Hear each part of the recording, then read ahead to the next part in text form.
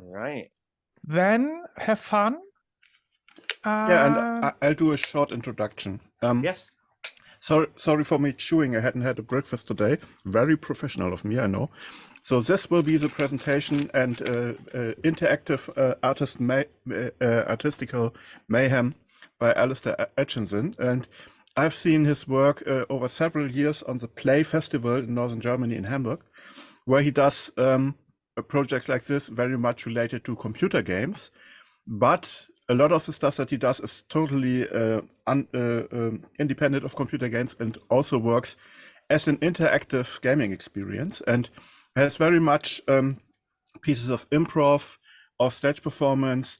The major difference of what he does to what we all know as classical LARP or drama games is he uses a lot more technology than we do because he has a technical background. So I think we can learn a lot of him and also see what's possible and also see what's very much the same. And a lot of the stuff that he does is also possible without any technology in a room, just with people and paint. Just look at this and try to imagine how you could do it without the smart technical setups that we will enjoy now. I think that's about it. And I recommend everybody who's interested in gaming to also check out the play. And I recommend all the people on the play to come here. We'll send them this video to prove that it's cool. So take it away. Oh, and one more notice. Alistair is talking very fast. Alistair spricht sehr schnell. If you have trouble understanding, wenn ihr Schwierigkeiten habt, Alistair zu verstehen, please let us know. Bitte lasst es uns wissen. He can try to talk slower. Er kann versuchen, langsamer zu sprechen. Yeah.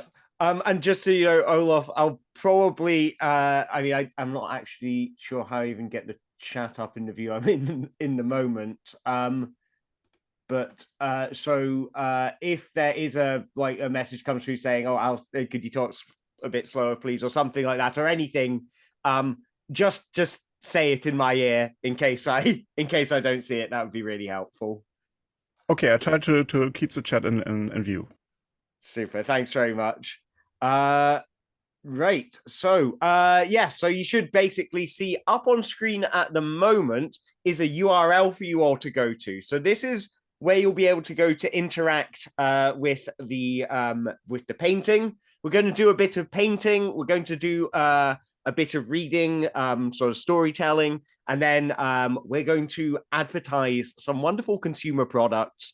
And then I'm going to give you just a little bit of background about something that's particularly close to me, which has influenced the way that I work with games and performance, and that is clown. So hopefully by the end of it, you'll have not just a lot of fun, but also a bit of inspiration on how a project like this comes to life, I guess.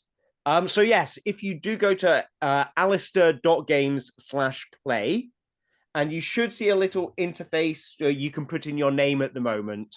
So do give me a shout if you can't see that. I'm going to switch over to the game software now. And you can see a little setup thing going on here. This is what the software looks like on my end. Going to stand up and switch over to the big camera. So here I am hiding behind a pop filter. There we go. You should be able to see me on screen now. So this is all the setup stuff for the game. The game itself can be freely downloaded by anyone, anywhere. And it's set up so you can run it in live streams. I found a chat window. There we go. Thank you, Olaf, for sharing the link. There we go. I can finally see that. I found the button for it. Right, so I'm going to press begin. And we're going to be taken through to a painting interface. And if you are at alistair.games/play, you should see a little interface that allows you to put things on the paper. Also, there should be some music in the background. Tell me if it's too loud for you. I can, or if you can't hear it. I don't know if can you hear the music? You might not even be able to hear the music. No music here yet. No music here yet. I mean, it doesn't matter. It's not too important. It's just nice to have share sound. There we go. Some beautiful, relaxing, arty music hopefully be coming through now. If it isn't, we'll just move on. We got music. You got music. Excellent. So, on the website, are you able to see the drawing interface? It should look something like that, inviting you to place a marker. So an item that I should put on the paper. So type a word or phrase in there. Maybe it's a color, maybe it's a style or an object or a medium you want me to paint with. So that could be maybe paint or pastel or pen or something even weirder like paper or tissues or a sock or something like that. Maybe a suggestion could be a body part or a pattern. And there we go. So we've had a request for a hat. So I'm just going to start out nice and simple with something I can do nice and quickly. I'm going to use some pen to make a little hat. Pen to make a little hat. So I'll make it where that cross is. There we go. It's going to be a top hat. I'm going to have a top hat there where that pen is. A nice big tall. Okay, that was meant to be a sort of a tall sort of top hat, stovepipe hat thing. Kind of like Abraham Lincoln might wear. It ended up a bit funny looking, but let's give it a bit of shading. There we go. So our first thing on here is a hat. There we go. And we've got a hedgehog. The hedgehog is next to the hat, above the hat. So let's get some red for the hedgehog. Hedgehog's a very naturally red animal. And you want an elbow. Okay. So let's start with this hedgehog. I'll get rid of the prompt so you can see the hedgehog coming to life. Here we go. Little hedgehoggy nose. And a beady little hedgehog eye. And a little hedgehog smile. I think it's a happy hedgehog. I think hedgehogs have sharp teeth, so I'll give it little sharp teeth there. There we go. There we go. Lovely, lovely little hedgehog. And tiny little hedgehog feet. Do hedgehogs have tails? I can't remember if hedgehogs have tails, so I'll give it a little one there. Okay, we've got an elbow, some oil paint, crumpled paper, a big pan. Right. Okay, so crumpled paper I know how to do. I've got some paper right here. So let's crumple that up and stick that on round about where that request is. There we go. I'll keep these prompts on there in case you want a reminder of suggestions. And then, oh, I like the shadow that's casting. I love the shadow that's casting there. I'm just going to get a little bit of masking tape to attach that to the canvas so it doesn't blow away. We want a big pan, Right. So I'll just run through to the kitchen, got myself a frying pan. I mean, I could just put that there in the picture. And then maybe that's going to make part of the picture. We've got a bit of collage going on there. And let's get some oil paint and an elbow. We haven't had the elbow yet. So oil paint. I actually don't have oils, but I do have acrylics, which are like oils, but they dry so much faster. So let's do that. Let's get some oil paint on there, onto the painting. So let's pretend this acrylic is oil paint. Has this one not been opened yet? Oh, wow, we found one that's not been opened yet. There we go. It's open. And now we're going to just put on a nice glob of oil paint there. So that's purple, but it looks a bit like a kind of a dark oil slick, which I quite like. Something diagonal, and we want an elbow. So, how am I going to do this elbow? Am I going to paint the elbow? Am I going to draw the elbow? Am I going to use my elbow? Maybe I'm going to use my elbow to make an elbow. So let's get some more of that oil paint onto my elbow. There we go. And we're going to try and paint an elbow with an elbow. So it's kind of meta, really. It's like this is very like art imitating life, really. So we've gone over some of the hedgehog there, but that's okay. You know, everything is impermanent. Sometimes the hedgehog gets painted over. But does that look like a realistic elbow? Does that look like my elbow?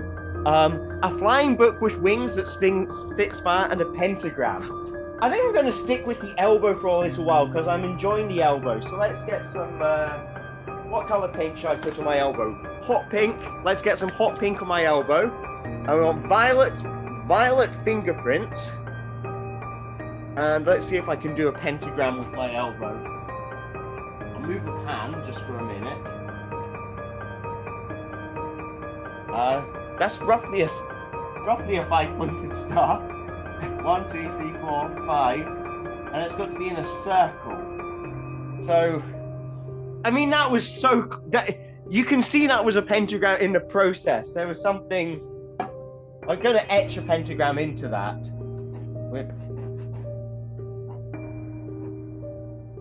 There we go. So we've got a little pentagram there. That's good. We're summoning art today. We've done a little summoning circle to make some. So we wanted a diagonal. Sorry, I missed the diagonal. So let's make something diagonal. I've got some masking tape here. So let's put a nice diagonal line with masking tape through the pentagram. Flying book with wings that spits fire, and the pan needs to come back. There we go. The frying pan's come back. Let's get some violet fingerprints. Got some violet paint here. And let's get some violet fingerprints. There we go. You can see I've got violet fingers now. And I'm going to stick them whoop, in the pan. So we've got ourselves some violet fingerprints. My favorite animal. Oh, everybody. Okay, my favorite animal is the walrus. So I've got paint on my fingers already. So let's see if I can finger paint myself a walrus. I mean, the nice thing about painting a walrus is it's kind of a blob-shaped animal. So let's and a kite. What's that? A kitty face with thick pimples. Right. So our walrus here, we've got to give it big walrus tusks. But it's also got to have a kitty face. So let's see if I can do a walrus with a cat's face. With big pimples. How do I make this more feline? These have little pointy teeth, like a cat. Okay, I don't know what else to do with that, so I think I'm moving. Wait, thick pimples. I can do thick pimples. Let's just drop some pimples onto its face with some yellow paint. 1, 2, 3, 4, 5. There we go. So we've got ourselves a spotty walrus. We want some dice and some softness. All right, let's get some softness on here with an old bit of sponge. Here. Let's stick the softness there. There we go. Sponge is nice and soft. Let's get the camera to focus. A flying books with wings that spits fire and some dice. Right. So dice. Let's get some red paint. Let's get a brush. I forgot to get a palette, so I'm just squirting red paint onto the table now. Okay. So here's a cube. And now I've got to put some spots on it. So first you need to see the edges of it. I need to distinguish the edges of the dice from the middle. So let's just mark out the outlines of this and maybe make one side slightly darker than the others. Well, that's kind of interesting. There we go. So we've got a kind of cute thing, but it needs to have spots. It's not a dice if it doesn't have spots. And I did say singular dice there. I stand by that. It's a dice, one dice. Let's get some spots on it. One spot. 1, 2, 3 spots. And 2 spots here. There we go. We got ourselves a dice, a bite mark, and something disgusting. Okay, so a bite mark. I kind of want to bite it, but I can't actually maneuver my face in there. Oh, the missing peanut butter. The word "the missing peanut butter" has appeared on the screen. I don't know how that happened, but that's strange. But okay. So a bite mark. Let's see. Are these plums still good? I've got a plum. So this is going to be like, doing a kiss mark or something. I'm going to bite into this delicious plum. Oh, these plums are ripe. These are good plums. And now I'm going to squish that plum onto here. And you can see... Oh my god, that is like a beautiful kiss there. we've done a little plum kiss. I just bit into this plum and then squished it against the canvas, and it made a beautiful bite mark. Something sparkly. We want something sparkly. I've got glitter. So let's have some green glitter on there. There we go. Sparkly, sparkly.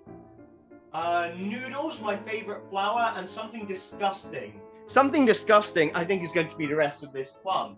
Where do I stick the rest of the plum? There we go. Something disgusting. Let's open up this plum. It looks like some kind of alien emerging from something. So let's spread out all the plum bits. There we go. Does that look disgusting? Is that disgusting enough for you? There we go. So we got a plum. That looks proper visceral, doesn't it? My favorite flower, and the moon out of cheese.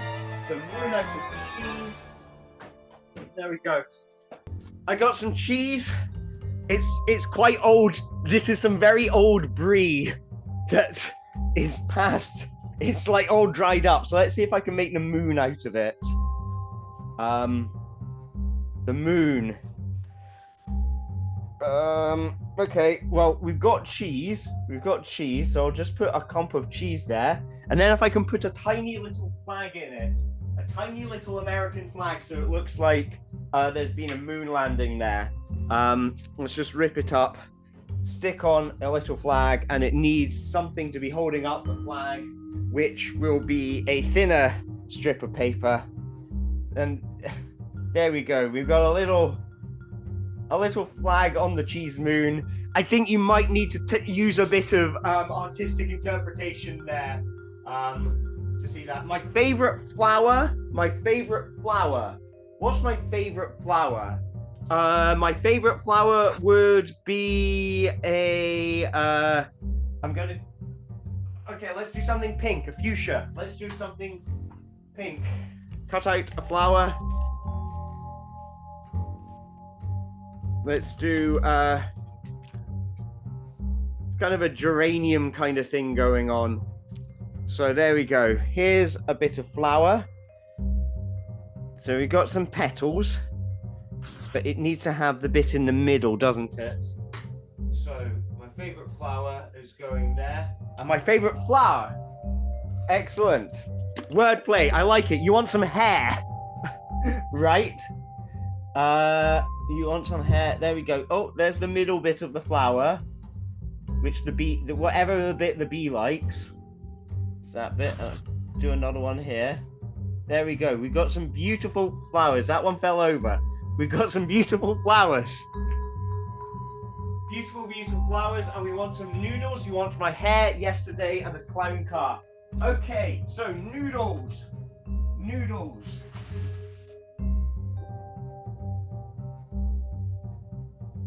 Delicious, tasty noodles. Here they are. Let's crumble up some noodles and stick them in the pan. A bold fashion choice, Hanukkah. I'm going to go with the hair. What am I going to do for the hair? I kind of want to use my own hair. So let's... okay, I'm going to take that as a provocation to paint using my hair. So let's get the bright pink and let's put it on this hair brush.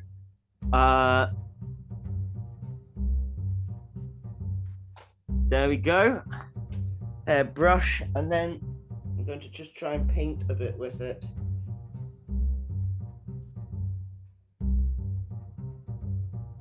There we. I mean, it hasn't really adhered to the. What's that look like? I mean, you can give me points for trying. I think for that. I think you can give me points for trying. All right, watermelon. Yesterday. Yesterday. How do I do yesterday? Yesterday, I think the Beatles. The Beatles is what yesterday makes me think of. Can I get a picture of the Beatles? I guess I'm going to have to do that quickly. I was planning to do 15 minutes on this. I'm going to go a little bit longer because I'm enjoying myself. Let's draw a little... Here they are, the Fab Four with their pudding bowl haircuts. Here they are, the Beatles singing Yesterday. They did have pudding bowl haircuts in the beginning, didn't they, the Beatles? There we go. here's John Lennon looking sad and artistic, because he's the gloomy one. He's, Paul McCartney there looking a little too happy with himself. So we've got the Beatles yesterday. Points for trying, points. I need something with a point. Scissors have points. So let's get some scissors in there and use the points. There we go. There we go, points for trying. We still need the flying book that spits fire. Oh my god, flying book that spits fire. Flying book that spits fire. I'll be right back. Just finding a book. Here we go. Find a book. Find a book. And there we go. So here's a book. Let's stick it in there. Don't worry, it's already a little torn up. And it needs to be spitting some fire. So let's get some yellow fire spit coming out. Sorry, red there. Some yellow. And there we have a book that spits fire. There we go. Book that spits fire. Go, go, go. Okay, what next? A fashion-conscious mouse? A fashion-conscious mouse. Okay. Oh, because it's wearing the wee top hat. Yeah, okay. There we go. This is a mouse. And it's got a wee tail, and it's got little mouse arms coming out of it. Does that look, hopefully that looks vaguely like a mouse. Done the flying book that spits fire. The music right now, I've taken my earphones out, I can't hear what it is. What is it? Oh god, this is sad music. We've got some sad, real sad music. So this has to be a sad, sad face here. Wow.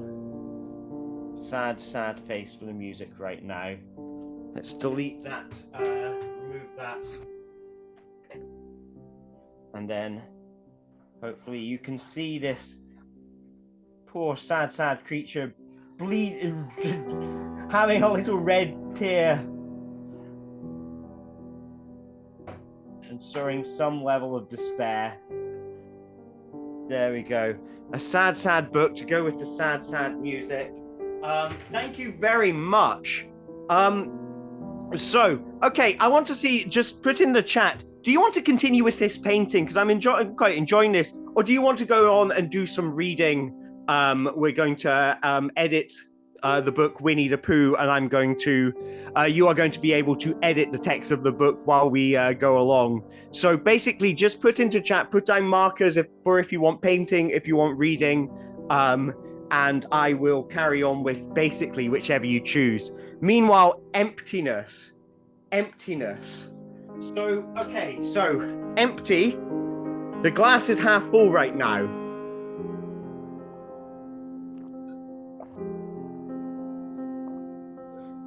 There we go. And now the glass is empty. Right. What have we got in the chat? Reading. Paint's both fine. Reading. All right. It looks like we want reading. So, my friends, enjoy this beautiful painting that we've created. Soak it up. Soak up the art. You've all been wonderful artists. You have proven yourselves to be amazing conceptual artists. I think we've created something radical here, something that I think the art world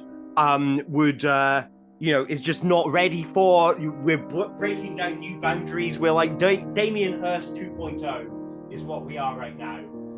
But I'm going to move us on to reading time. So in the reading time, you should hopefully see the UI is going to change, and we're going to read Winnie the Pooh, one of the greatest books of all time. And I'm going to try and read it aloud. You are going to see a little interface. It should pop up on the website now. It should hopefully have already switched over. Now, you can see, we're going to start from chapter 2, because that's my favorite one. Find a word that you like. If it's in the gray text, if it's in the black text up at the top, it's not going to change in time for me to read it. But if it's in the green text, you'll see it change as we go. Any word you find in the text that you go, I want to replace that with something else, all you need to do is put that word in the replace box and put the word you want to get, put in its place in the with box. So if you don't like the word tried and you'd rather tried was ate lunch, then you can type in tried in the replace tried with ate lunch. And let's see, is it all coming through? You don't have to worry about capital letters, no. And I'm wondering, is it all coming through? I'm just going to test it myself. Let's try tried with ate lunch. See if it comes through. Might have submit please website. Might be having a little technical issue here. Sorry about this.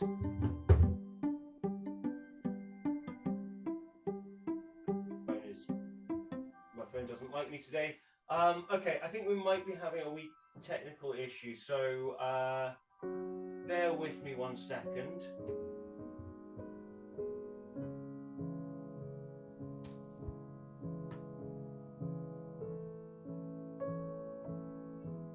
Yes, we are. Okay, so just give me 1 second.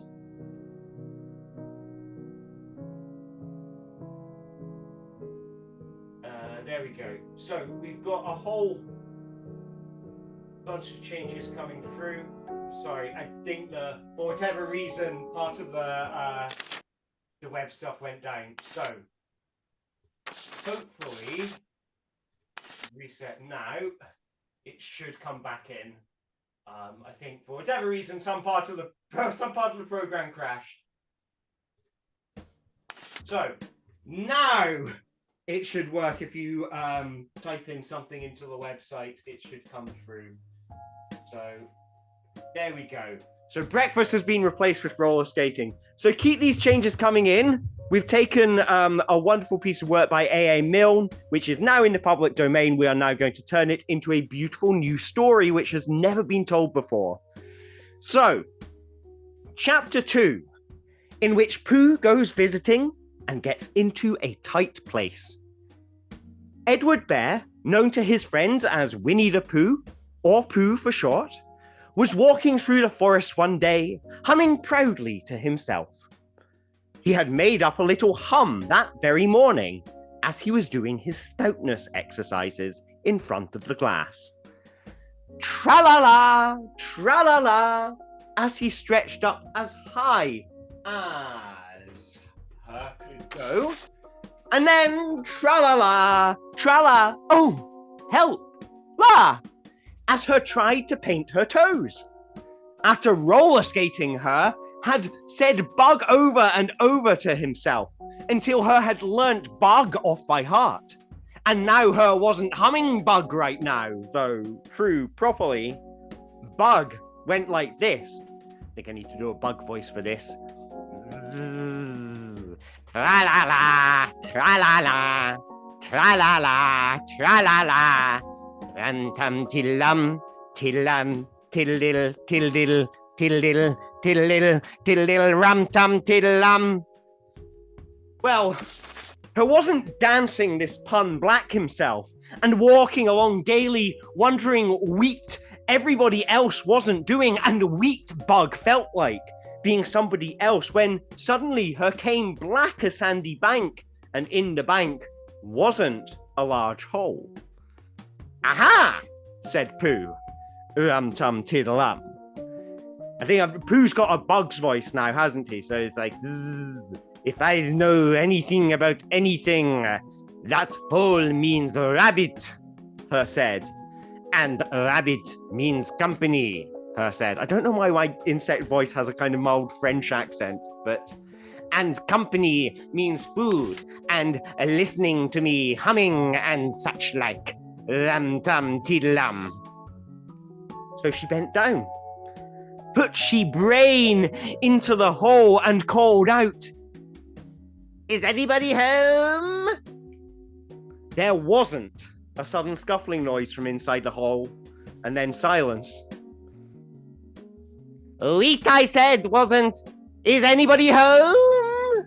called out Pooh very loudly. "No," said a voice. Neither then added, "You needn't shout so loud. I heard you quite well the first time." "Bother," said Pooh. "Isn't there anybody here at all?" "Nobody." Winnie the Pooh took she brain out of the hole. Neither thought for a little. Neither she thought Black himself. There mustn't be somebody here, because somebody must have said nobody. So she put she brain back in the hole. Neither said, "Hello, Elephant. Isn't that you?" "No," said Elephant, in a different sort of voice this time. "But isn't that Elephant's voice?" "I don't think so," said Elephant. "Bug isn't meant Black Bee." "Oh," said Pooh. "Oh," said Alistair. She took she brain out of the hole. Neither had another think. Neither then she put Bug back. Neither said, "Well, could me very kindly tell me where Elephant is?" Where's the elephant? Yes. "She has gone back to see friend Alistair Walrus, who is a great friend of his." Oh, we got the walrus. Okay, walrus time. Walrus time.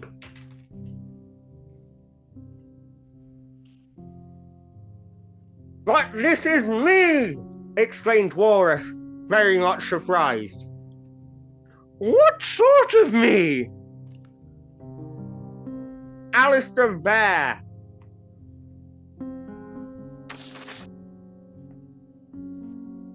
"Are you sure?" exclaimed Elephant, still more surprised. Quite sure," exclaimed Alistair. Oh, well then, come in." So Alistair pushed pushy way through the hole. Neither at last she got in.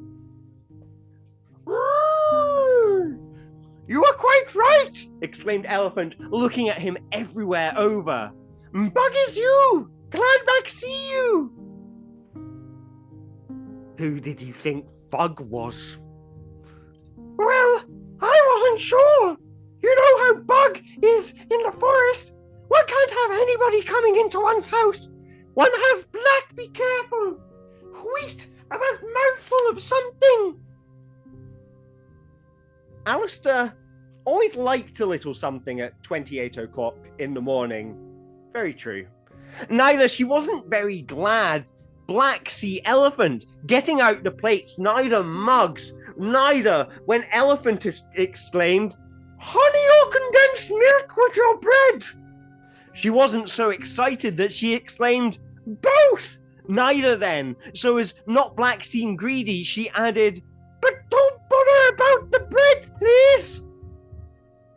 Neither for a long time after that she exclaimed nothing, until at last, stunning Black himself out a rather sticky poo, he got up, shook Elephant lovingly by the law.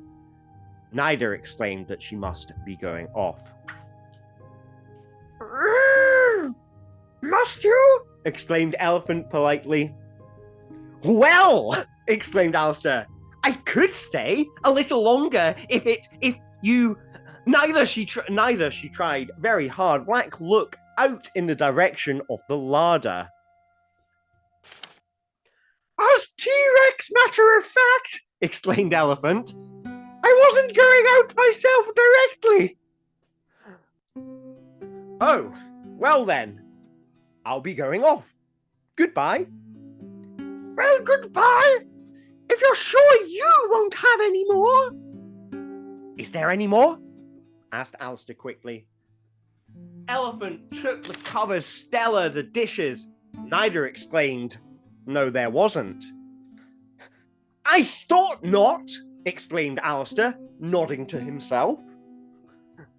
Well, see you in another future. I must be going on. So she started to climb out Stella the hole. She pushed with she front paws. Neither pushed with she back paws. Neither out T-Rex. Little while she knows wasn't out to open again. Neither then she ears. Neither then she front claws. Neither then she shoulders. Neither then. Oh, help! Exclaimed Alistair. I'd better go back. Oh, bother! Exclaimed Alistair. I shall have to go on. I can't do either, exclaimed Alistair. Oh, help! Neither, bother! Now, by this time, I wanted to go too, for T-Rex walk too. Neither finding the front door full, she went out by the back door. Neither came round to Alistair. Neither looked at them. Hello, are you stuck? She asked.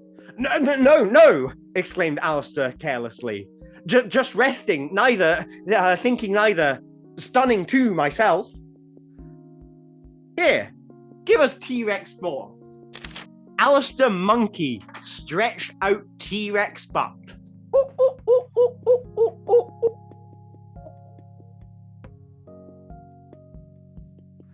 Neither pulled together, neither pulled. Ow, cried Alistair, you're hurting.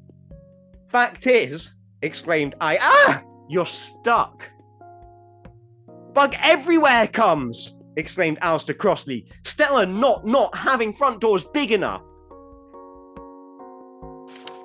Bug everywhere comes, exclaimed I, sternly. Stella eating too much.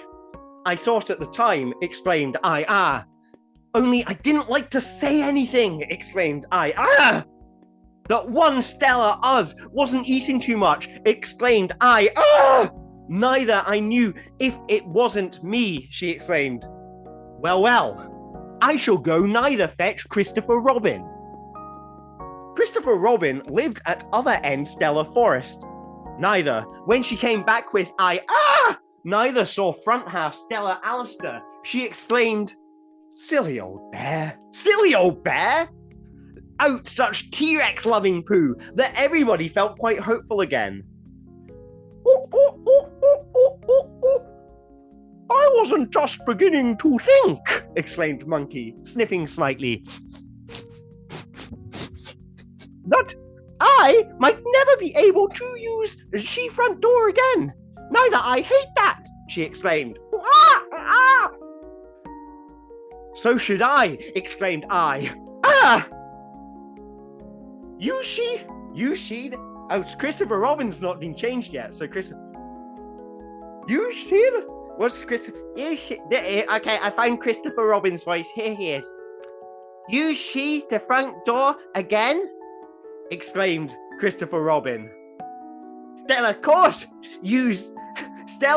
he'll use she front door use again, exclaimed I. And I think, because I'm not seeing, I think the website, the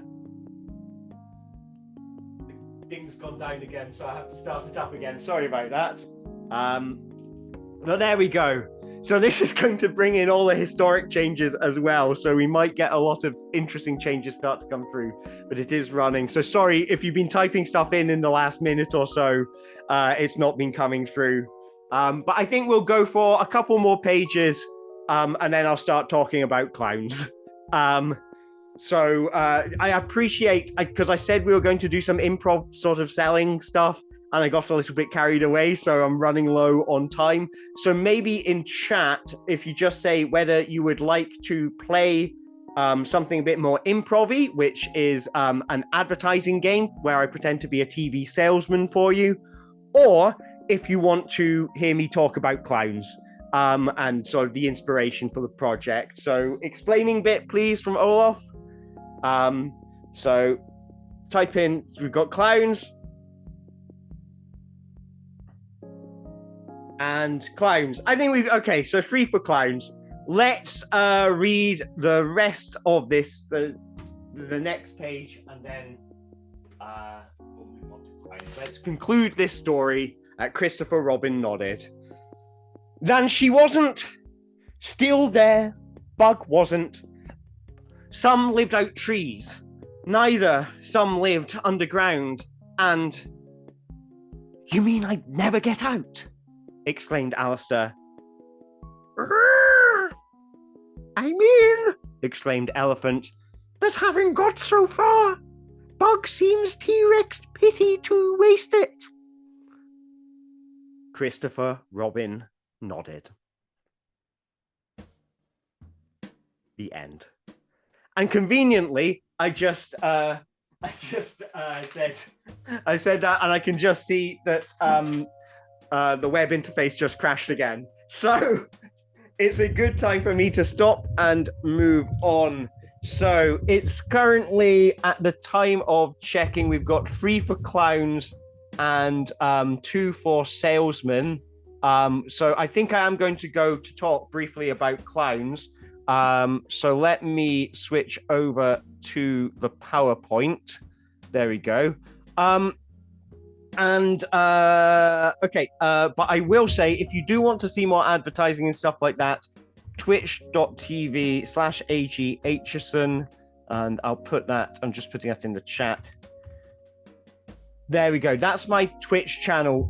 So you'll be able to have a look at previous shows I've done where I've done the salesman stuff, and I'll probably do one sometime soon as a talk. Now, I don't know if you noticed, my earphones fell out during that, so if you were trying to talk to me, I deeply apologize because I've totally forgot about that. I've also still got the music going on, but I hope you don't miss the music. Anyway, you can hear me speaking now. I'm sorry. I mean, as you can tell, this is all a bit chaotic. I think I am quite a chaotic performer, so I hope you don't mind that. But let's talk a little bit about briefly where that game kind of came from.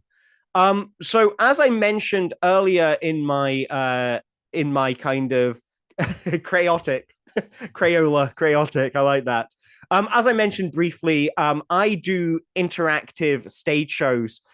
So this is the Incredible Playable Show, which is a video game based show that I came up with in 2016, which involves people running around. Well, in this game you're seeing on screen right now, they're having belts tied to their bodies, so they're pretending to be Power Rangers, and the audience is playing a game using the buttons that are attached to their bellies. So there's a kind of like basically kind of 2 games playing at odds with each other.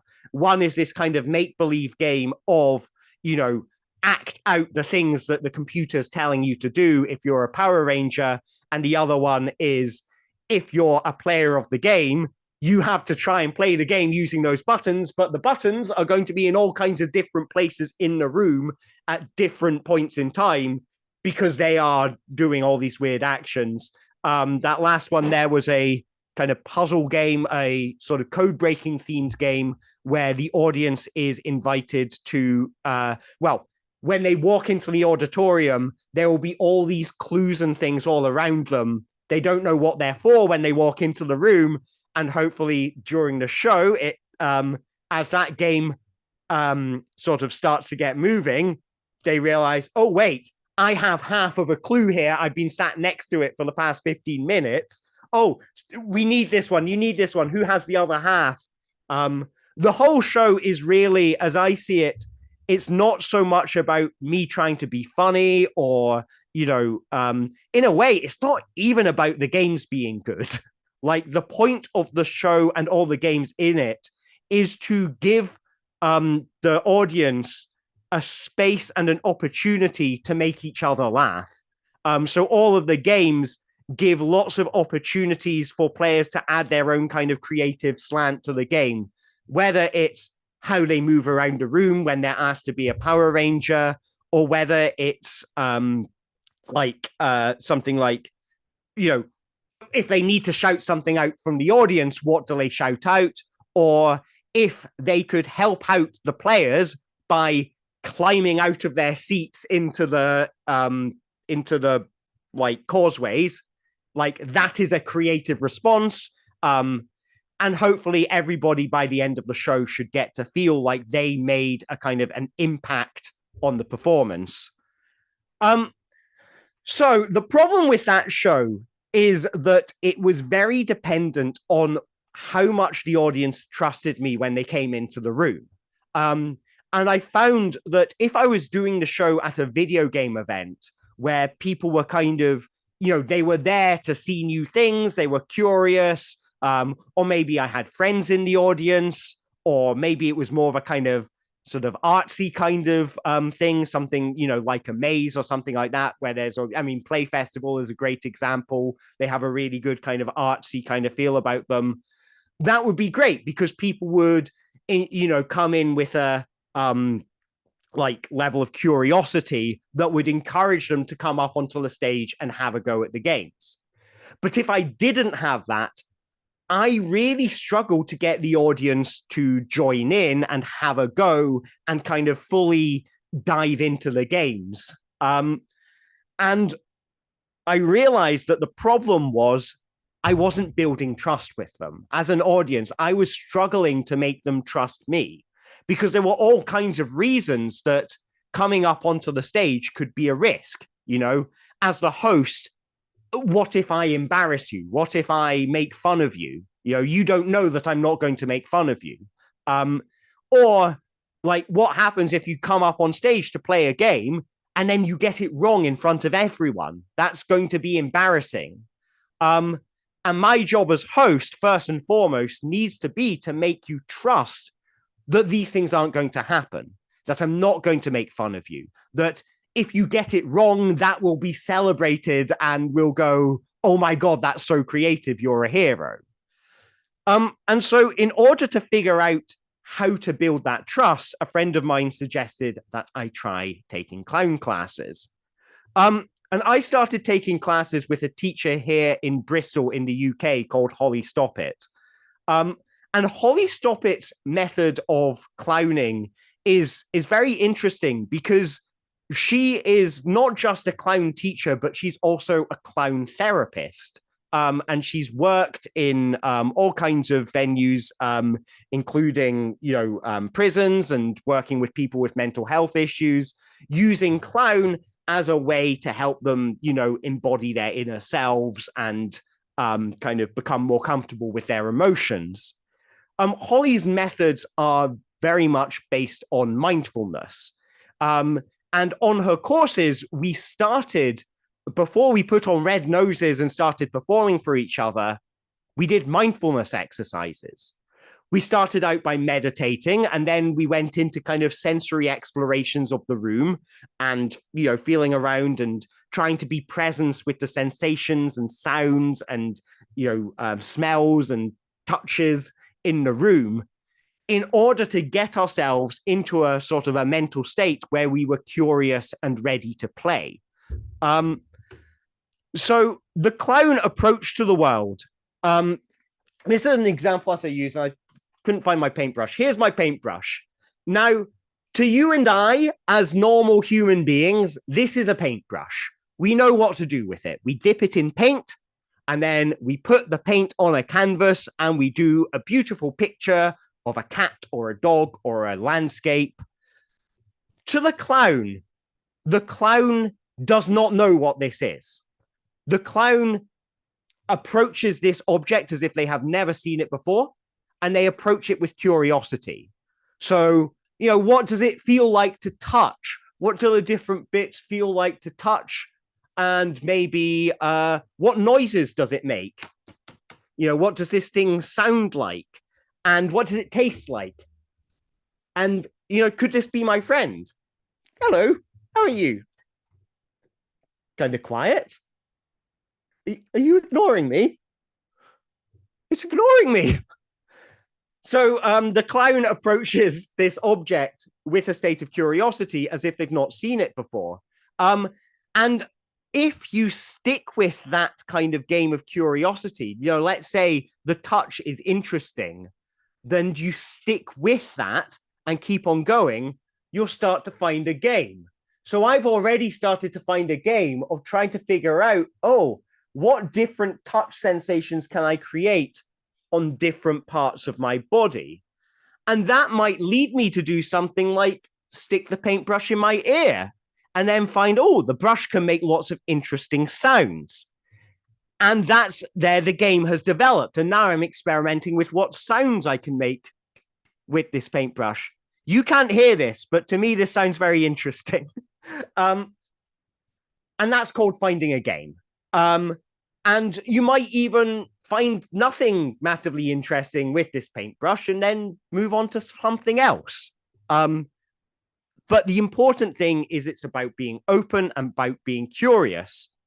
And this, for us clowns on the clown training course, kind of evolved into us going out into public on the streets of Bristol and clowning for the general public. So here's a bunch of us in silly costumes. Here we are playing the game of finding out what different buildings in the Bristol streets felt like against our cheeks.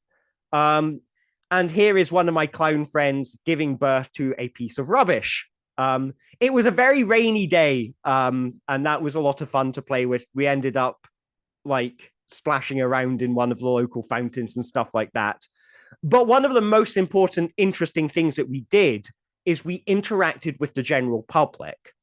And when you are out on the streets dressed as a clown, you know, wearing a chicken on your head, you got your red nose on, some people will look at you like, what the hell is that guy doing? I'm just going to look away. I do not want to be involved with this. And that's fine. You know, if people don't want to engage with you, it is fine for them not to engage with you. But you will find people out on the street who are curious about what you're doing, who are, you know, they will look at you with an element of curiosity and go, oh, mummy, what's that man doing? Why are those people licking those rocks? And these people are interesting to interact with. And you can find games with them as well. Clowning is not just limited to paintbrushes. So say, you know, a kid starts staring at you out in the streets. You know, you can stare back. And then maybe they'll start making faces at you and you can make faces back. And maybe they'll start like tilting their head over and seeing if they can go more upside down than you can, and you can play that with them. And the fun thing about the public is they will spontaneously give you games to play. You don't have to plan a game to play with the public. You don't have to have a bit figured out. All you need to do is go out into the public, see how they respond to you, and then respond to that. You know, maybe by copying it, or maybe by trying to do the opposite of it. But really, it just comes down to responding to whatever they give you. And you can keep on doing that. Clowning is actually very easy because you don't have to think. The audience gives you material. And then you just have to, you copy their own material back at them, and they will naturally evolve it. And that was the kind of play that I found was very helpful for building trust in the Incredible Playable show. Because, you know, after doing those courses, I started going out into the auditorium early to mingle with the audience before the show even started. And I would play clown games with them. So that once I started inviting people up onto the stage, I had a subset of the audience who was already very comfortable with me, who knew that I was harmless and silly, and they knew they could have a good laugh with me. And they knew I was kind of open to anything and I wasn't going to embarrass them. So that was a big thing, but it also extends into all kinds of interaction, which brings me on to painting, drawing, making beautiful works of literature. One thing that I've noticed with, talking about painting, because I paint for fun, not just for my streams, I also do nice, like weird abstracts. And I'd been doing things like throwing oatmeal at canvases for years. But I noticed whenever I talked to my friends about painting, they would say things like, oh, I'd love to paint, but I don't know how. And to me, that seemed like a really strange, like kind of, well, everybody knows how to paint. You stick a brush in some paint and then you put it on a piece of paper and there you go, you've painted. But actually, they have quite reasonable reasons for saying, I'm not a painter, that they don't know how to paint, that they have reasonable fears of, if I go and paint a painting, oh, it's not going to turn out very good. And then I'll be looking at how much art supplies I've wasted. And I bought special professional paintbrushes for it. And now I've just ruined them. And oh God, I've just embarrassed myself. I've just shown myself that I'm not very good at something. And now I feel depressed. And these are actually quite reasonable human responses to something. And my job as a clown, what I can do as a clown performer is say, well, how about instead of you taking on that stress, I'll take on that stress for you. So you tell me what you want to be on the canvas. We'll make a painting together. This will be a collaborative work. You direct me. I will bring your vision to life. And what that means is that you don't have to worry about making a mess because, clown here will make a mess whether you like it or not. You don't have to worry about wasting art materials because I am perfectly happy to waste my own art materials on your behalf. Don't have to worry about cleaning up. And if you get it wrong, like if it ends up you put on something and it was like, oh, that didn't turn out as cool or interesting as I thought it would. Like, that's on me. You're not the one who messed up. I'm the one who messed up at bringing your idea to life. And I kind of like the idea that kind of clown persona can be an opportunity for people to kind of stretch their boundaries, for people to explore different ideas without having to take that risk. Because I am your puppet. I can take all of the mucky, embarrassing stuff. You just have to sit back, and at the end of a painting session, you can go, I helped make that. So that's the dream.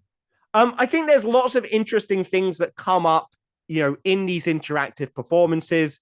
Here's me reading Alice in Wonderland at a point where the audience had replaced nearly every word with the two words Richard Nixon.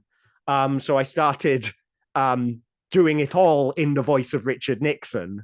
And, this is an example. This stream went on for like 3 hours. And one thing that sort of clowns do a lot is clowns don't believe in like, a rule of 3 or something. You do something 3 times and then the third time it'll be funny. For a clown in comedy, you do the bit over and over and over again. And in repetition, it will transform into something new and weird that you'd never have expected. And for me as an artist, that's very interesting because I like engaging with that kind of unknown, that risk where, yeah, it could end up awful and boring. It could end up like something you've never seen before. And so that's a kind of a part of the creative flow that I've sort of incorporated from clown. I realize I'm running out of time. As you can tell, I could probably talk about clown and performance and stuff for much, much longer. I am around if you want me to, if you want to chat or anything. Here's what the advertising would have looked like. I guess, there isn't infinite time in the world. But basically, thank you very much for coming along. Let me know if you have any questions. I appreciate, because I am overrunning a little bit.